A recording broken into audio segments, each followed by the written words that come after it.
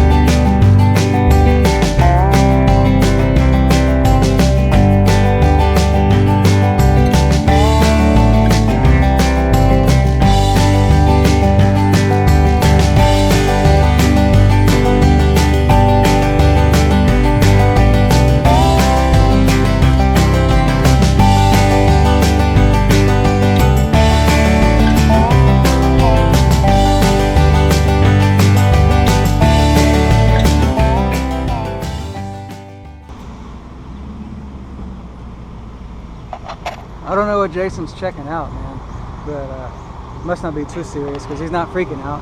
See, look, he's smiling about it.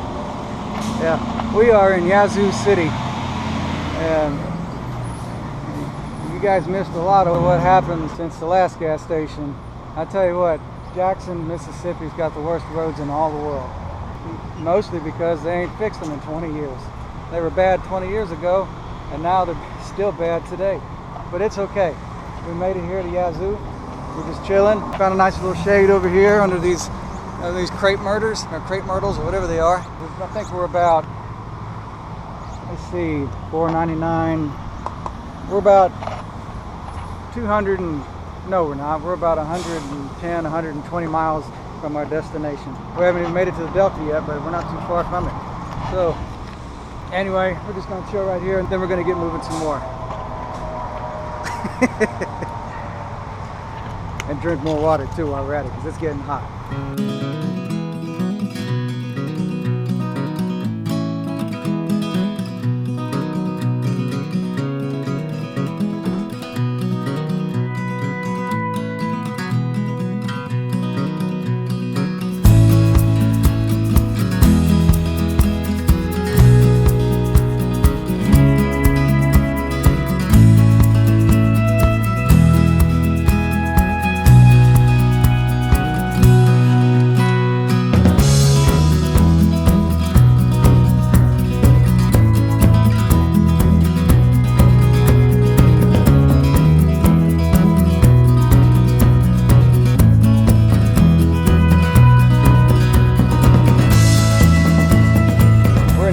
Mississippi.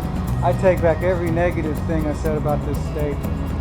The Delta has taken my breath away. I could not believe what I saw. I mean, we could see from horizon to horizon for a long time, and there's like little to no traffic. It felt like we had the whole world to ourselves. I mean, it was almost like a religious experience. What do you say, Jason? What do you think? Absolutely. Yeah. Big sky. Yeah, we don't have words for it. All we can say is absolutely in big sky. So this was a town where B.B. King grew up.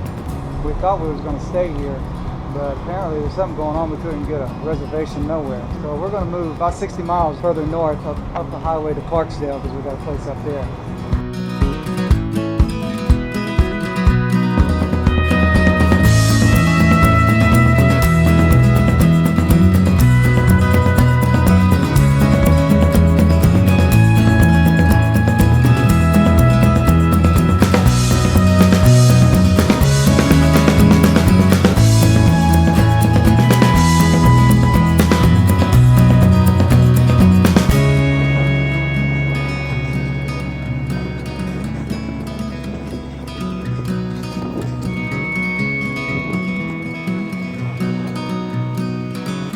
Well, this is one of the alleged places. We finally made it here to Clarksdale, and this intersection right here, now it's called 161, as you can see, but it used to be 49 and Highway 61. And this is the one alleged places, this intersection right here is what they call the Crossroads. Supposedly this is where Robert Johnson made a deal with the devil. This is only one alleged place that I know of. There's two more we're going to check out. One place is called Dockery Farms, and the other place is in Rosedale, Mississippi. We're definitely going to check out Dockery Farms tomorrow, Lord willing. Probably check out Rosedale, where Highway 8 meets Highway 1. And but this is pretty cool. And the county commissioner pulled up right by us when he saw what we were doing and gave us some free pins. Talk about some friendly people. Even a politician stopped to say hi. Just some greasy looking bikers and stuff like that. How about that? And we may try this barbecue place out over here. We hear that they believe in the legend about how Robert Johnson supposedly made a deal with the devil, and so he can play blues guitar and sing the blues. Look, since 1924 it says. Where at? Abe's Barbecue. Oh yeah, since 1924. And anyway, that's that.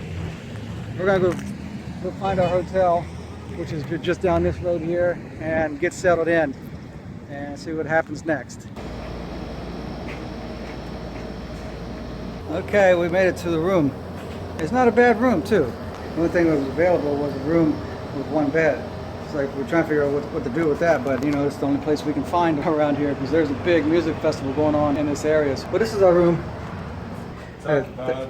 Yeah, it's occupied, he says. We're kind of surprised to see they got a couch, and this freaking bed's got a heck of a lot of real estate on there. So one of us to be on the couch, one of us to be on the freaking aircraft carrier bed or whatever. So not a bad spot. Once we get nice and cooled off a bit, we're going to go down and get something to eat. Apparently they uphold the myth of the Crossroads, so I hear they're real stoked on keeping it alive, and after about 313 miles, I think it's time to get something to eat. Let's go check this place out. That breaking ball a few more times. You got not a comfortable feeling. You go slow, two breaking balls. You got to think. Martin. Some gospel.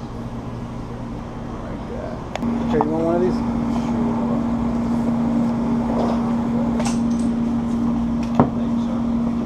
Oh, here it is. Barbecue beef plate. What side do you like? Barbecue pork sandwich, onion rings, and coleslaw, please. I watched a video on YouTube about the Crossroads, and the guy in the video, he raved about this place, so I'm kind of glad to be here, you know, to check the place out. It looks pretty authentic, but the food is awesome too. Jason thinks so too, but I think he's tired, too tired to express himself.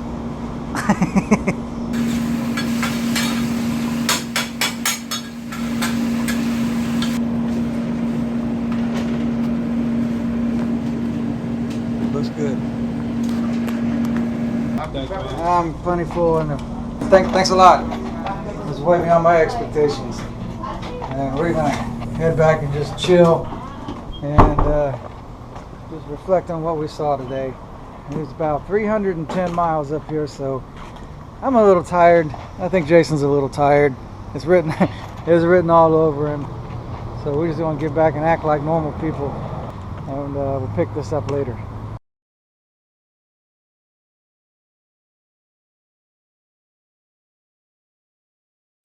Now that we're back here at the hotel and having a pretty good time just hanging out, Jason's got a pretty cool story to tell.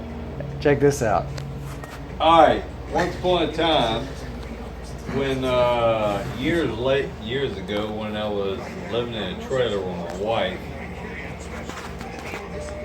we got some junk mail. It was from the scooter chair company. You can get a new scooter chair, you know, if both your legs are broke or amputated. No disrespect, because that's a hard life. If your legs are broke or amputated or you're overweight, you can get a scooter chair from these people, and you can drive around the store, your house, your front yard, and all that kind of stuff. Anyway, it was a promotion for a free scooter chair. So I called these people, and I really wanted to know, because I'm like 32 at the time, and my wife is like 20 something, because, you know, I robbed the cradle. Anyway, so they're sending me stuff for a free scooter chair. So I'm like, why are they sending me, a 38-year-old, 32-year-old, I don't remember how old I was, a free promotion for a scooter chair? So I call them on the phone, 1-800 scooter chair, you know. Anyway, so I get this dude on the phone and all that. I'm like, hey, you sent me one of them promotions for a scooter chair, man. I'm talking all like country, dumb, ignorant individual, you know. And they're like, yeah, what's your name?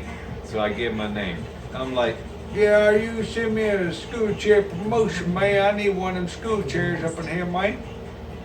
They're like, what?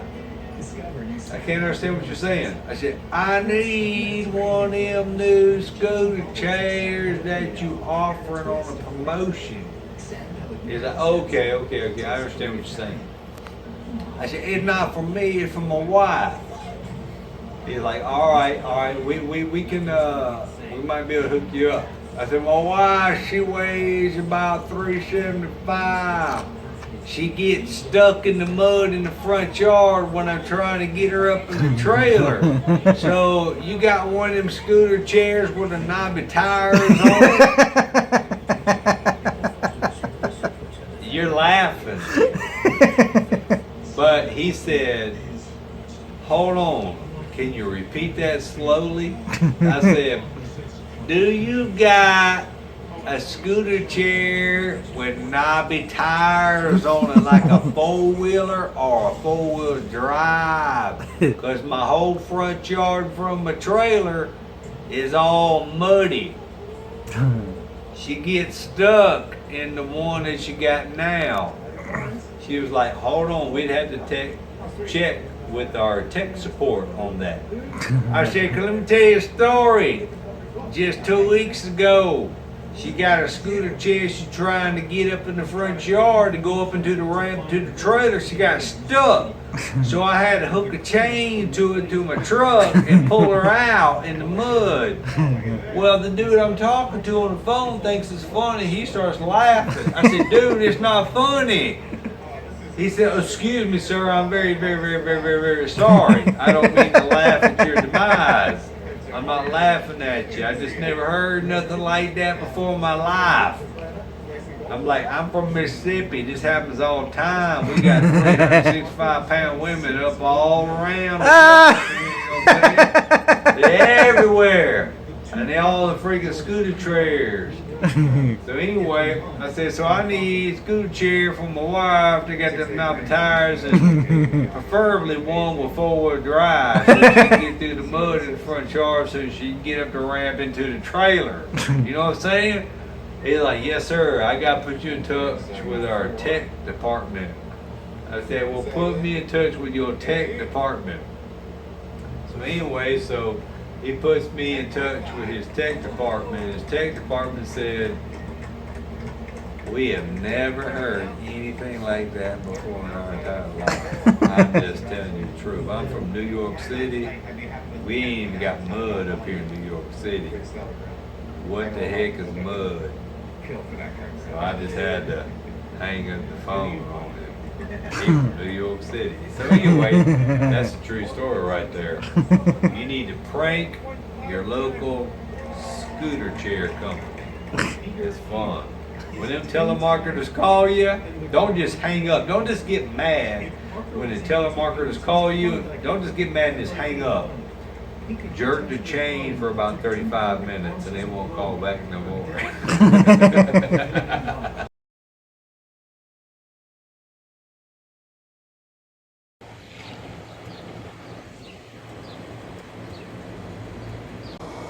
And buenos dias, it is day 2. We just got up and we found this nice little hole-in-the-wall breakfast place called House of Pancakes Blues Bar. But anyway, we're going to go and get us some breakfast and then head on out and check out the other 2 alleged places of the Crossroads. Here in Clarksdale is only just one alleged place, so we're going to check out the other 2 today. And then later on, see what else we can get into. Bacon or sausage? Sausage. Hash browns or grits? Pancake, toast, or waffle? Can I get something simple like 1 pancake, 2 eggs, and bacon? How you want your egg? I'll have them scrambled. Okay, that be it? Yes, ma'am. This is a pretty cool looking joint. I like this place, man. Jason's smiling. Absolutely.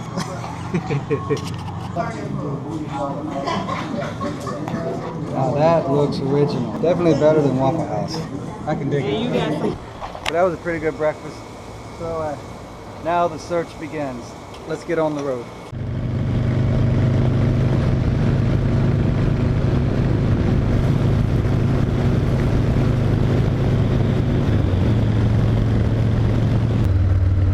Oh, this is an interesting little place. Looks like a ghost town almost. And the roads aren't all that great, and you can definitely hear it in my voice. I see some cars over there. I guess this state's full of all kinds of little small communities that are just about almost gone or half dead or almost all abandoned. And just like that, it's gone just as fast as it got in there, and I'm suddenly out. Shoot, I'm suddenly out. Man, and these roads are rough. But remember, hardtails are not rough. It's the roads that are rough. Not the motorcycle's fault. Old Delta Farms. Look at all this farmland. Wow. I tell you what, I certainly do repent of all the negative things I've said about the state of Mississippi. I used to think the Gulf of Mexico was the only thing that made it worth anything. But everything has its own beauty in its own way. The Delta is definitely something to come see. At least in my opinion. I love it. The beauty just seems to go on and on forever. My gosh.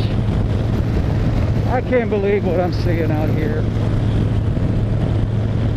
This is just so cool. I really don't have words to express what's going through my mind about what I'm seeing, and I mean, I am just in awe of this. There's all this vast openness, these farmlands. Gnats getting in my helmet and biting me. Oh well. This is priceless. I can't believe I've lived in Mississippi as long as I have and never been here. Wow. And I mean, the road just goes on and on forever. Anyway, the last sign about a mile back or two said that Rosedale's about 8 miles away. So we should be there sometime soon. So we'll check it out and see if it looks like a likely candidate for the actual Crossroads. We interrupt the following program to inform the viewing audience that due to operator error, that's right, yours truly needs to learn how to be better coordinated with his GoPro cameras. Upon the filming of the Rosedale part of this film, I managed to have my camera set on still shots, so as a result, I have absolutely no footage of the Rosedale part of this film. But I will suffice it to say it like this, I really wasn't too impressed with Rosedale, you know, with the intersection with Highway 8 and Highway 1. It really does not look like a likely candidate for the Crossroads. But that's just my opinion. If you want, you can look on Google Maps at the roadside view of Highway 1 and Highway 8 in Mississippi and look at it for yourselves. See what you think. I personally don't think that's it, but anyway, we moved on to Dockery Farms and I happened to catch that footage, so I hope you guys enjoy the rest of this film. Well, we just passed through Cleveland, Mississippi. This is the outskirts on the east side, but apparently that's another historic place for the blues. Saw a lot of stuff, a lot of connotation towards it, just like in Rosedale. We saw a few signs. In town, we passed by the Grammy Awards Museum, or the Grammy Museum. Apparently a lot of heavy hitter blues players came out of this town too. I'm gonna tell you guys though, there's a lot to see here, and Memorial Day weekend ain't enough time to see it all, being that I live 300 miles from this place. It's definitely worth coming to see this area and check out what there is. We're just only going to touch the tip of the iceberg. So anyway, next stop is the middle of nowhere, a place called Dockery Farms. This is it. This is Dockery Farms, man. check this place out.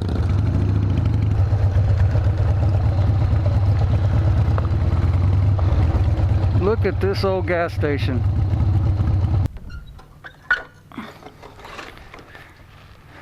What happened here? It's Dockery Farms. Some of these buildings that are behind this gas station is old juke joints and stuff. Oh, yeah? Yeah. Check this out. Please push green button for audio.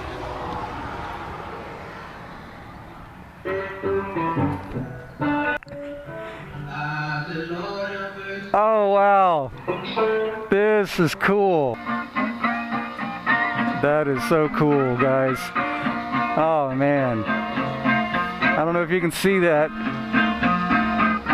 That is so cool.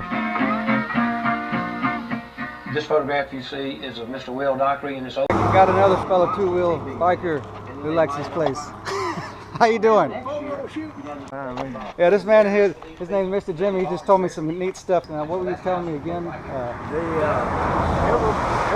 Every little town in the Delta where a black man played the guitar, they say that that's where the blues was born. They say it was born here. They say at Tutwiler, Mississippi. They say at Clarksdale, Dublin, everywhere. I would assume there's several places where it got caught on like wildfires, perhaps. Yeah, that's right. Because I remember looking on a map and of the Delta where all these famous blues guys came up, and they're all over the map. Oh, you yeah, know? yeah. Even all as far as Helena, Arkansas, I heard about that. Yeah, that's where the radio station, King Biscuit Blues radio station was at.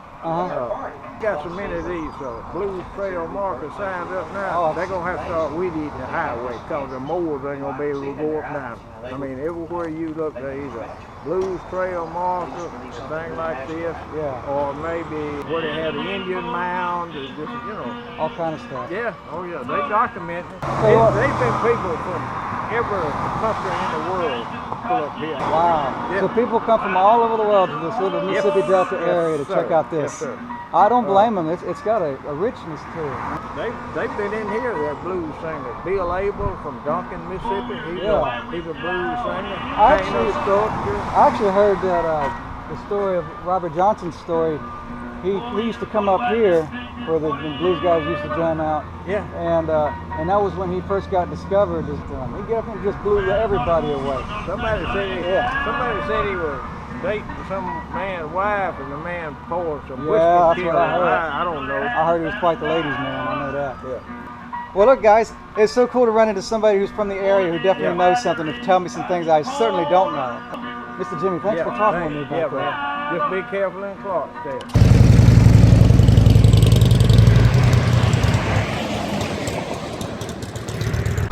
Now let's go take a look around back, see what they got.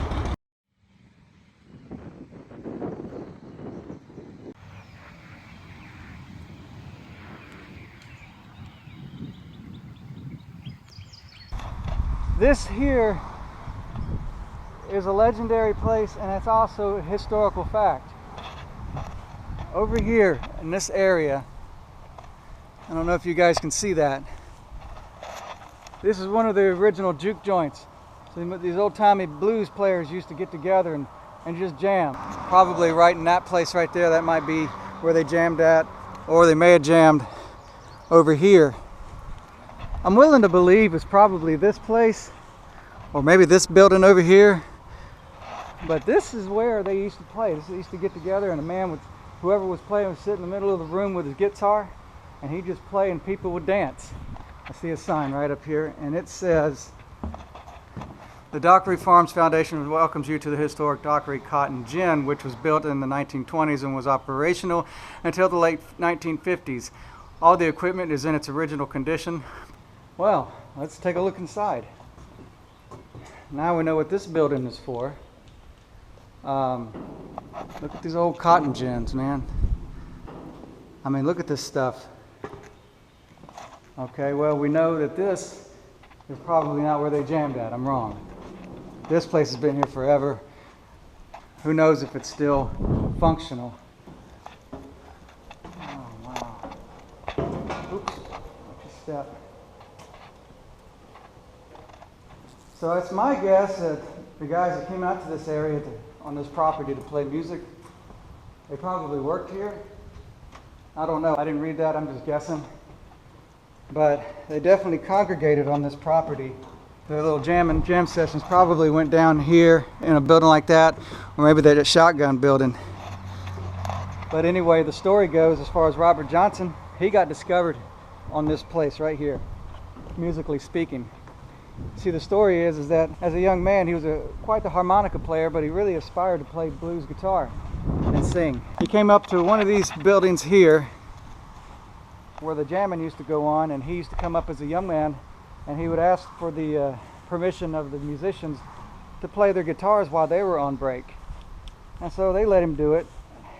And to put it in a nice way, he was a little less endowed with musical ability at that time. In fact, he irritated the snot out of the people there, the patrons, the musicians. And after several go-arounds with this, of him trying to play, they gave him such a hard time, and they pretty much ran him off. I mean, I don't know if they told him to get out, but they gave him a hard enough time that he just split. He stayed gone for about 6 months to a year. And then he came back to this same location, to one of these buildings, whichever one it was.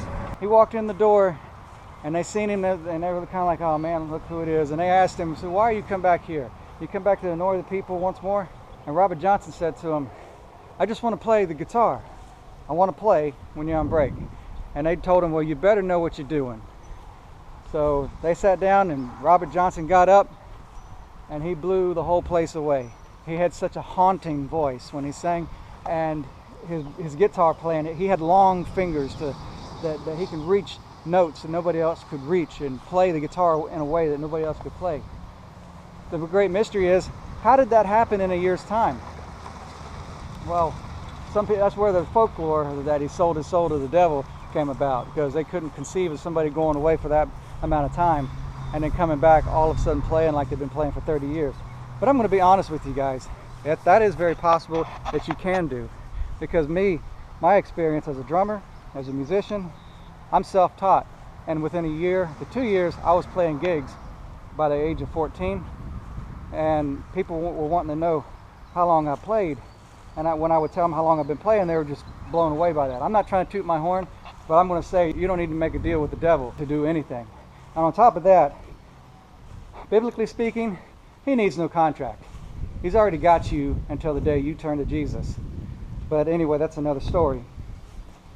But that's the story. That's how it happened. This is where one of the legendary places where the Delta Blues had started, which is in this area here.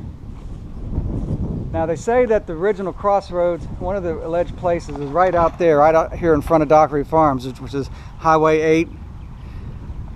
But that's such a busy highway. I have a hard time believing that that's really it. Now, Robert Johnson did sing about the Crossroads, so which crossroads did he sing about? That's what I'm looking for. Okay guys, I don't know if you can hear me. I don't have my mic hooked in, but we're gonna go that way. And there's a gravel road right there, and I've heard that road right there leads to the real Crossroads. So let's go see what this looks like.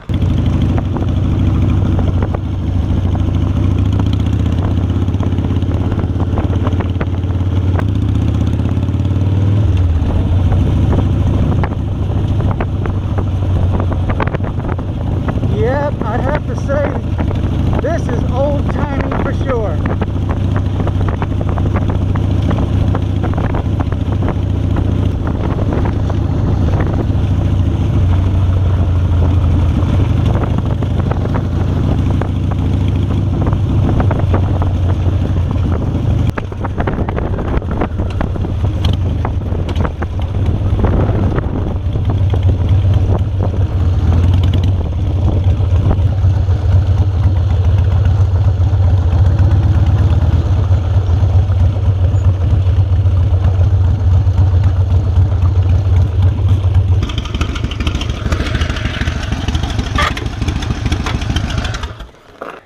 I would have to say a humble little spot like this, if something like that happened, this looks like it could be it. What do you think?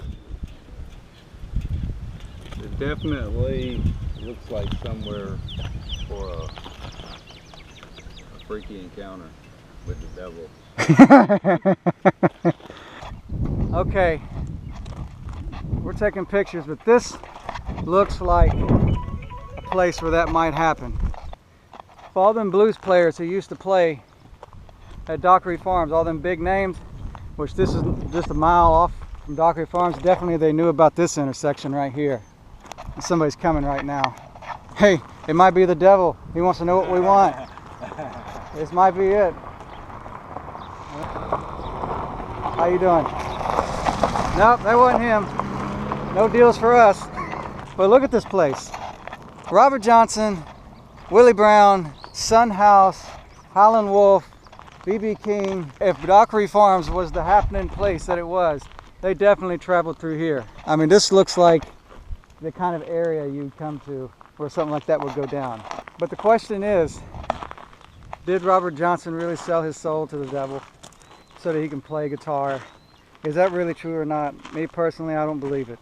As I told you, the devil needs no contract. All the people who knew Robert Johnson, they said Robert Johnson never even said anything like that.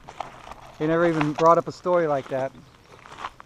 I'm willing to believe, as far as the Crossroads, even though no doubt he traveled through here many a times to get to Dockery Farms. When he was married to a young lady who I can't remember her name, and they were pregnant.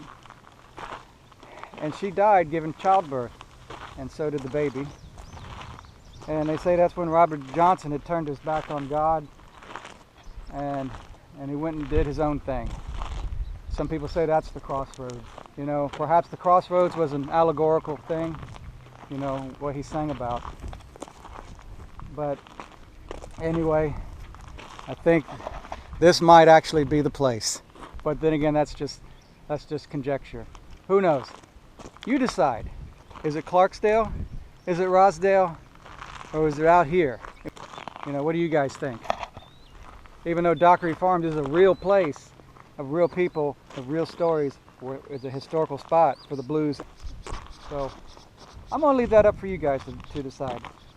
We're going to hit Clarksdale now again. We're going to go on back to Clarksdale and check out Ground Zero for the evening. There's a lot of music going on this weekend, and we're going to check out what kind of bands there are. Anyway, let's get on down the road and see what else we can find.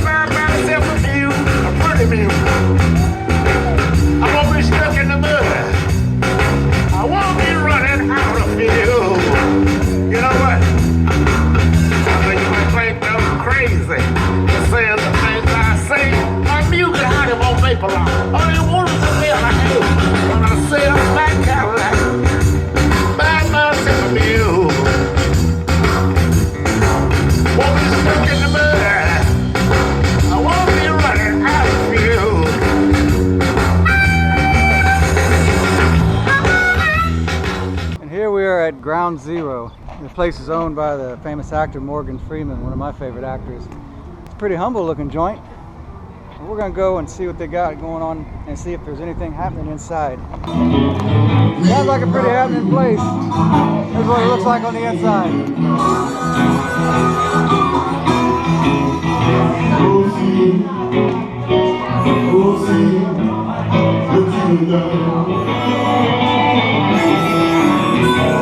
Not bad.